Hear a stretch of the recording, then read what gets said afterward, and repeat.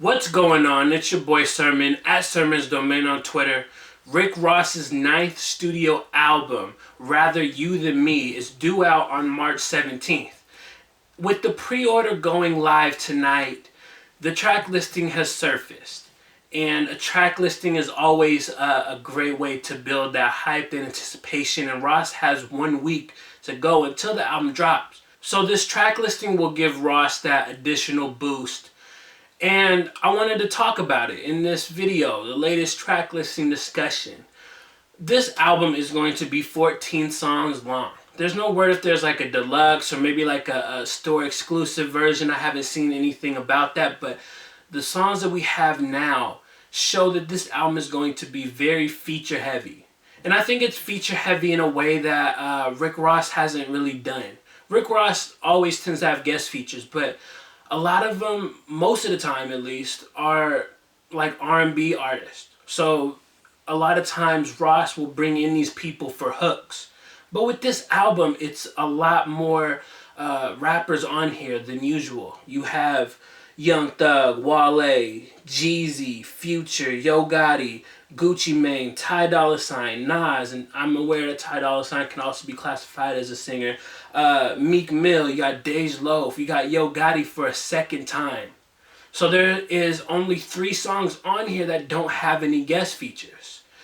And with that, I think Ross is, I don't know what Ross's intentions are doing that.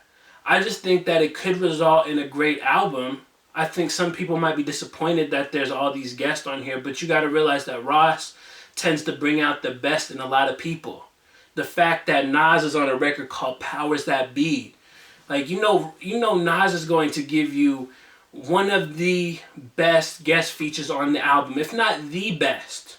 And then considering the fact that they had beef, it's always nice to see Jeezy and Ross work together. They're on a record called Dead Presidents with Future and Yo Gotti. I think that one stands out. It's a nice combination. You have a record on here called Trap, Trap, Trap, featuring Young Thug and Wale. Never in a million years did I ever think that you'd have that kind of a combination. Wale and Young Thug make vastly different music. But if anybody can bring them together and make it sound good, it's definitely Rick Ross. There's 2 other songs on this track listing that stand out to me. The first is Idols Become Rivals. It features Chris Rock, who will probably be talking a lot of trash on this song. This was the record that journalists said Ross was going at Birdman. And we know that Ross and Birdman had the falling out. Ross is throwing shots, and then he said he doesn't really have much of a relationship. Birdman has said he doesn't give a fuck about Rick Ross. And so Ross is now about to put it on wax, which I don't think is going to really result in anything because Birdman's not really a rapper. He might address it, but Birdman is not in a position to really go at Ross. Ross is a lot more lyrical. I'm very intrigued to hear what Ross ends up saying on this record. And having Chris Rock makes it all the more anticipated. Like, I just want to hear what Chris Rock is saying on this song. It'll probably make me laugh, I hope. At the very least, I hope it makes me laugh. But that is the first record that I think will stand out from the track listing. The other one is Maybach Music V.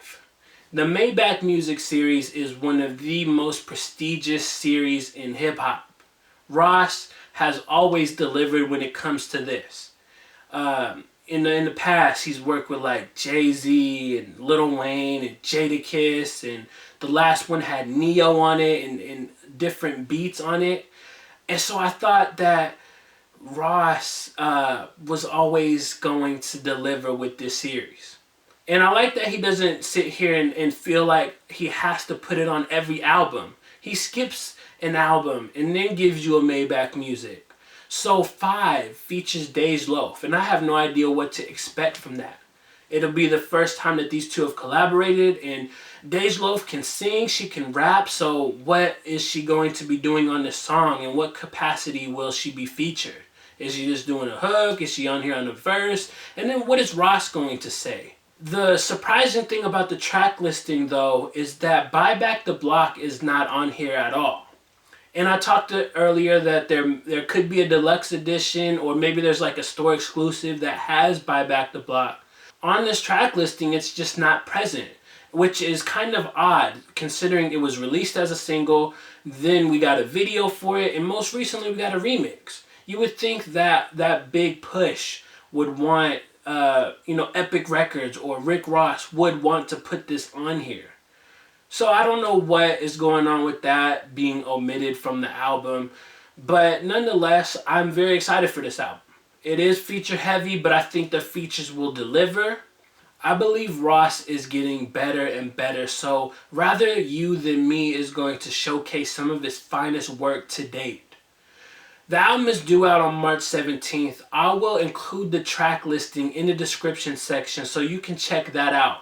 Let me know what songs you're anticipating, what guest features you're looking forward to. Talk to me in the comments section below. Then like the video, subscribe to the channel if you're not already, share the video. Follow me on Twitter at @SermonsDomain. And as always, thank you for your time. I appreciate you for watching. And until next time, peace.